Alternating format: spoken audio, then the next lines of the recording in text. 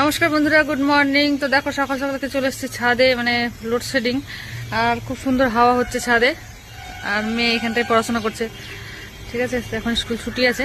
তো চলো আজকে অনেকদিন পর এসেছি ছাদে, আর তোমাদেরকে আমার সুন্দর ছাদ বাগানটা শেয়ার করি, ঠিক আছে। তো চলো দেখে নেন। তো দেখো আমার বেবি অঙ্ক করছে, হাই করো মামাম। তো দেখো কত ঘাস ফুল হয়েছে, দেখো।